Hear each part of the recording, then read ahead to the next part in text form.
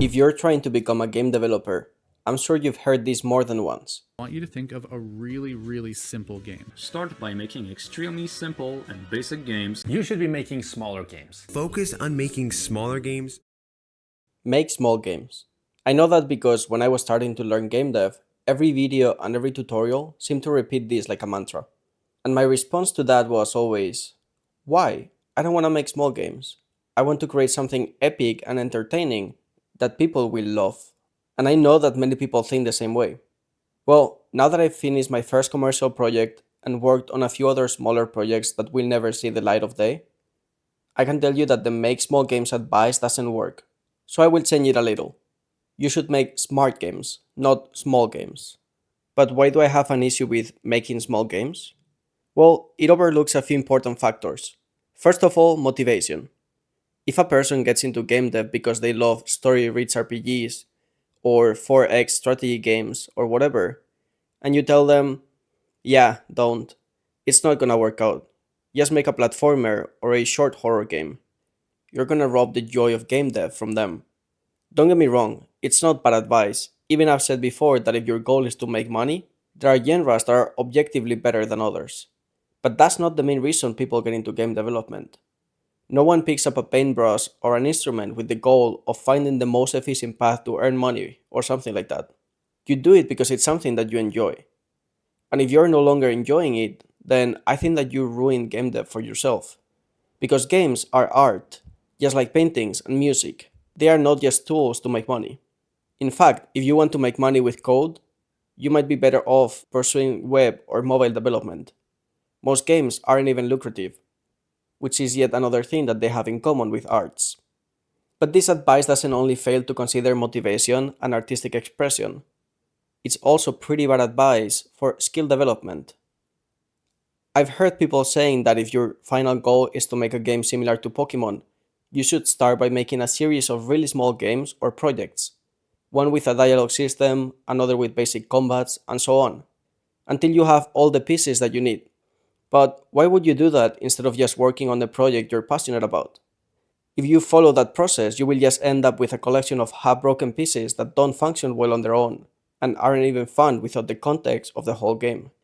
When you work on a project that excites you, one that's scaled down but still aligns with your larger vision, you're not just assembling different parts.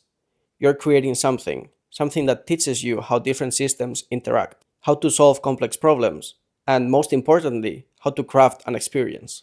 One that's enjoyable and meaningful to you, and one that satisfies you as a developer. Smart games are about working within your limitations without losing sight of your ultimate goal, making sure that every element you build has a purpose and contributes to the overall experience. But I already said that you should scale your project. So as you can see, my issue is not with the idea that you shouldn't make large games. You actually shouldn't. The problem is that most people don't know how to scale down a game. Let's continue with the Pokemon example. If you start game dev because you love Pokemon and want to make a game like it but smaller, you may think, okay, in that case, I will make a Pokemon game but with only one gym and 20 different creatures. Well, I'm sorry, but that game is gonna suck. Because the whole fun of Pokemon is that you can capture many different creatures and fight against many NPCs. If you just shrink the scope by reducing the number of Pokemons or gyms, it's not going to capture the essence of what makes the game fun. Instead of feeling accomplished, you're probably gonna feel unsatisfied because you will be missing the very elements that make Pokemon experience so captivating. And then you will want to continue the project until you have a result that you're happy with and will end up making an extremely big game that will be way too long to finish. Instead, you shouldn't focus on scaling down an existing idea. You should try to create a new smart game that embodies the spirit of what you love about Pokemon or any other game, but in a way that's possible for you to handle. For example, instead of trying to replicate the exact formula, you could reimagine the core experience in a new, innovative way. Maybe your game focuses on a more intimate, narrative-driven experience where you build deep relationships with a smaller number of creatures, each with unique abilities that are crucial for solving puzzles or navigating the world.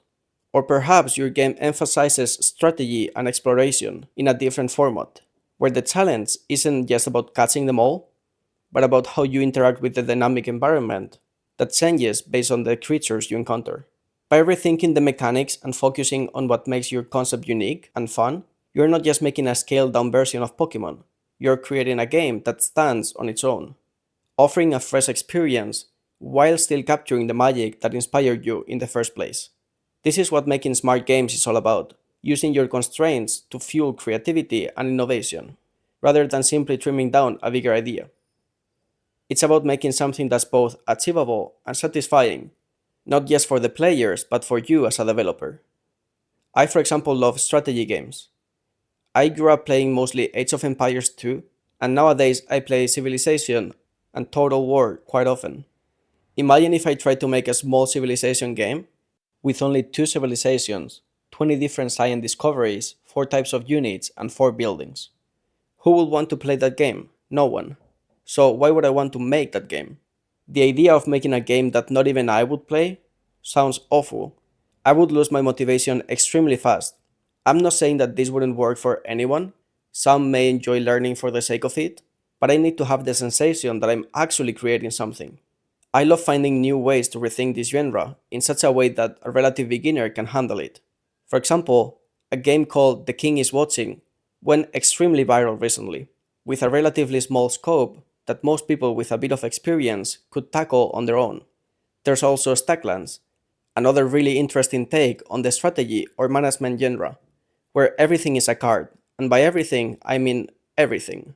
So rather than feeling pressured to stick to a formula or genre just because it's easier, you should figure out how to take the core experience of the game you love and make something unique with your own twist. Sure, you may not create the next World of Warcraft on your first try, but that doesn't mean that you cannot create something that captures the same sense of adventure or strategy that makes those games so special to you. In the end, it's not about making something big or small, it's about creating something that pushes your limits but doesn't break them. Something that captures your idea and the essence of what you're making. So, yeah, make small games might be common advice, but I think you'll get a lot further if you focus on making smart games instead.